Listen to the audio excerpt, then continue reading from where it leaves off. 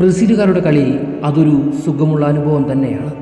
ശരീരത്തെയും മനസ്സിനെയും ഒരുപോലെ ഏർത്തടിപ്പിക്കുന്ന മായാ കാഴ്ച. സാമ്പാ നൃത്ത ചുവടുകൾ കൊണ്ട് ആനന്ദിപ്പിക്കുന്ന, കാലിലെ പെരുവിരൽ പോലും ധരിപ്പിക്കുന്ന തരം ഒരു പരിപാടി. പട്ടിണിയും അടിമത്തവും കൊടികുത്തു വാണിരുന്ന നാളുകളിൽ നിന്നും മോക്ഷത്തിനായി അവർ തട്ടിയ പന്ത്. അതിലൂടെ അനുഭവിച്ച് സ്വാതന്ത്ര്യം അടിമയാക്കി വെച്ചെന്നുള്ള തലയ്ക്ക് മുകളിൽ തന്നെ നൃത്തം ചെയ്യാൻ ആരംഭിച്ചു.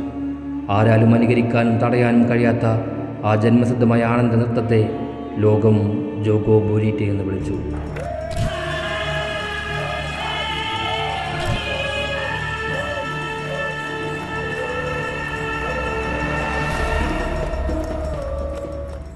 പെലയിലും ഗരീഞ്ചയിലും തുടങ്ങി ഇതിഹാസങ്ങൾ താണ്ടി ഡിനോയിലൂടെ ഇന്ന് നെയ്മറിലും എത്തി നിൽക്കുന്ന അത്യത്ഭുത ശൈലി.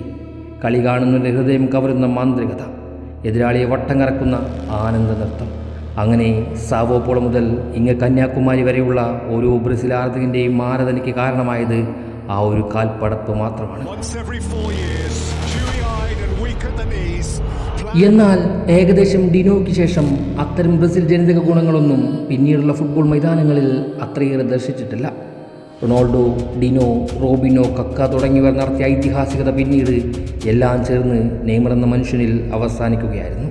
വർഷങ്ങൾക്ക് മുമ്പ് അവസാനിച്ച ആ ഒരു ഗോൾഡൻ ജനറേഷന് ശേഷം ബ്രസീൽ ഫുട്ബോൾ മറ്റൊരു ഗാങ്സ്റ്റർ സ്ക്വാഡിൻ്റെ നിർവചനം പോലും ആയിരുന്നില്ല എന്നതാണ് യാഥാർത്ഥ്യം. അവിടെയാണ് എല്ലാ ചോദ്യങ്ങൾക്കും ഗോൾഡൻ ഇറയ്ക്കും ഇതിഹാസങ്ങൾക്കും പകരം എല്ലാ സത്വവും സമത്വവും കൂടിക്കലർന്നൊരു നെയ്മർ എന്ന ഇതിഹാസ ജന്മത്തിൻ്റെ പിറവി. അവൻ പിന്നീട് വന്ന യുഗങ്ങളിൽ ആ ജനതയുടെ ആത്മാവിലും മനസ്സിലുമായി ആളിപ്പടരുകയായിരുന്നു. മണ്ണും വിണ്ണും അവൻ്റെ കാലുകളുടെ താളം ആസ്വദിച്ചു. ഫുട്ബോൾ ലോകം ആ സാമ്പാ നർത്തകനിൽ ആലസ്യപ്പെട്ട് വീണുപോയി. കണ്ണുകൾക്കും കരളിലും കുളിർമയേകുന്ന കാഴ്ചയായി മാറി. അത് നെയ്മർ യുഗം ബ്രസീൽ ഫുട്ബോളിൻ്റെ ഉയിരും മുൻമാതുമായി തീർന്നു. പ്രൈം നെയ്മർക്ക് നേടാൻ സാധിക്കാത്തതായി ഒന്നും തന്നെ ഈ ഫുട്ബോൾ ലോകത്തുണ്ടായിരുന്നില്ല. ലോകവേദികളും കാമിനവും പാരീസും യൂറോപ്പുമെല്ലാം അതിൻ്റെ നേർക്കാഴ്ചക്കാരാണ്. എന്നാൽ ഇന്ന് ആ പഴയ നെയ്മറൊന്നുമല്ല അയാൾ. വിധിയെയും പരിക്കിനെയും മാറി മാറി ഡ്രിബിൾ ചെയ്യുന്ന ഒരു ഫുട്ബോൾ കരിയർ മാത്രമാണ് അയാളുടേത്. ഇന്ന് ബ്രസീൽ ഫുട്ബോൾ 2026 വേൾഡ് കപ്പിൻ്റെ വേദിയിലാണ്. കുറച്ചു കാലത്തോളം കണ്ടിട്ടില്ലാത്ത വിധം മാറ്റങ്ങൾ ഇന്ന് ബ്രസീൽ ഫുട്ബോളിൽ കണ്ടു തുടങ്ങുന്നുണ്ട്. അത് അവർ ആ പഴയ ട്രാക്കിലേക്ക് മാറുകയാണെന്ന് തോന്നൽ. ആഞ്ചലോട്ടിയുടെ ബ്രസീൽ അവസാന മത്സരത്തിൽ അത് തെളിയിക്കുന്നതും കാണാം. ഇനിയുള്ളത് അയാളുടെ വരവാണ്. നെയ്മർ കൂടെ ചേരാനുള്ള ദൂരം മാത്രം. അയാളുടെ തിരിച്ചുവരവ് ഉണ്ടാക്കാൻ പോകുന്ന ഓറ, അതാണ് ഈ വേൾഡ് കപ്പിലെ ഏറ്റവും വലിയ അനിശ്ചിതതയായി മാറാൻ പോകുന്നത്. ഇന്ന് ഫ്രാൻസ്, ഇംഗ്ലണ്ട്, ജർമ്മനി തുടങ്ങിയ ടീമുകളുടെ മുൻനിരയുടെ കരുത്ത് ചർച്ചയാകുമ്പോൾ ബ്രസീലിൻ്റെ മുൻനിര സെൻസേഷനല്ല എന്നാണ് വാദം. എന്നാൽ വിനി, റാഫിന, നെയ്മർ സഖ്യം അമേരിക്കയിൽ ദൃഷ്ടാന്തങ്ങൾ സൃഷ്ടിക്കില്ല എന്നാണ് നിങ്ങളുടെ വാദമെങ്കിൽ അത് തീർത്തും തെറ്റായ വാദം തന്നെയായിരിക്കും. നാഷൻ ഡ്യൂട്ടിയിലേക്ക് വരുമ്പോൾ നെയ്മർ തീർത്തും അത്ഭുതമാണ് എന്ന് കാലം പലവട്ടം പറഞ്ഞു വെച്ചതാണല്ലോ. പരിക്കയാളുടെ കണങ്കാലിൻ്റെ ആയുസിൽ ഭംഗം വരുത്താതിരുന്നാൽ വിനി, റാഫിന, നെയ്മർ ത്രയം ഒരു ചരടിൽ കോർക്കുന്നത് നെയ്മർ എന്ന മാന്ത്രികൻ തന്നെയാകും. സ്ട്രൈക്കറായി എൻട്രിക്കോ, ക്യൂനയോ ആരായാലും അതുകൂടി അയാളുടെ ലോങ് ബോളുകളും ത്രൂ പാസുകളും അതിലേക്ക് വലിച്ചിടുമെന്ന് ഉറപ്പ്. മധ്യനിരയിലാകട്ടെ പക്യൂറ്റിയുമായി കാശ്മീരുമായുള്ള കെമിസ്ട്രി വർക്കായി കഴിഞ്ഞാൽ എതിരാളികൾ ഏറ്റവും കൂടുതൽ അകപ്പെടാനും ഭയപ്പെടാനും പോകുന്നത് അതേ ലൂപ്പിൽ തന്നെയായിരിക്കും. 2014 നെയ്മർ ഡിപ്പൻഡായ ഒരു ബ്രസീൽ ജർമ്മനിക്ക് മുന്നിൽ വീണു പോകുന്നത് കാണാം. 18 ബെൽജിയത്തോട്, 22 ഫ്രാൻസിനോട്.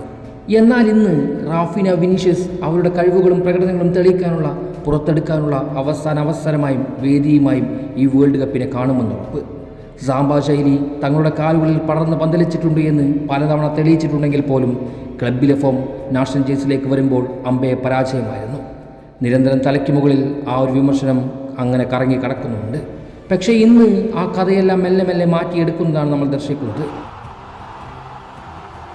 അവിടെ അതിലേക്ക്, ആ ഒരു ഇമ്പ്രൂവ്മെൻറ്റിലേക്ക് നെയ്മർ കൂടി ഇഞ്ചക്റ്റ് ആകുമ്പോൾ അമേരിക്കയിൽ ഒരുങ്ങാൻ പോകുന്നത് ഗോൾഡൻ ജനറേഷന് ശേഷം ബ്രസീലിന് നഷ്ടപ്പെട്ടു പോയ മുന്നേറ്റത്തിലെ ആ താളം തന്നെയാകും. എതിരാളികൾക്ക് ഈ ഒരു ത്രയം ഒരുക്കി വെക്കാൻ പോകുന്നതും ആ പഴയ ജോഗോ ബൊനീറ്റെ തന്നെയാകും. ഇതൊരു വാശിയുടെ കഥയായി മാറും. സർവ്വസീമകളും നിയമങ്ങളും ലംഘിച്ച് പലരുടെയും വായാട്ടത്തിനുള്ള മറുപടി. കൂടെ മുൻവിധികളും അവരുടെ വാറോലക്കെട്ടുകളും തീപിടിപ്പിക്കാൻ തന്നെയാണ് നെയ്മറുടെയും ഈ ഒടുക്കത്തെ വരവ്. ഒരിക്കൽ കൂടി അയാളുടെ പാദങ്ങൾക്ക് കാലം ശക്തി നൽകട്ടെ എന്ന് ആഗ്രഹിക്കുന്നുണ്ട്. കാരണം കാലത്തിൻ്റെ കണക്ക് പട്ടികയിൽ അയാൾക്കും പൂർണ്ണത അർഹിക്കുന്നുണ്ട്. നേട്ടങ്ങളുടെ നിമിഷങ്ങൾക്കും തടസ്സം നിന്നത് പരിക്കുകളുടെ മുറിപ്പാടുകൾ തന്നെയാണല്ലോ. ഒരിക്കൽ എന്ന വാക്കൊരിക്കൽ കൂടി അയാളുടെ കരിയറിൽ ഉണ്ടാകുമോ എന്ന് എനിക്കറിയില്ല. അതുകൊണ്ട് തന്നെ അമേരിക്കയുടെ അവസാന മൈതാനത്ത് അവസാന രാത്രിയിൽ കിരീടമുയർത്തിയ അയാളുടെ സ്വപ്നങ്ങളും പ്രതീക്ഷകളും പ്രതികാരവും അവസാനിക്കട്ടെ. No group of players carries greater privilege than those in the shimmering shirts of canary yellow.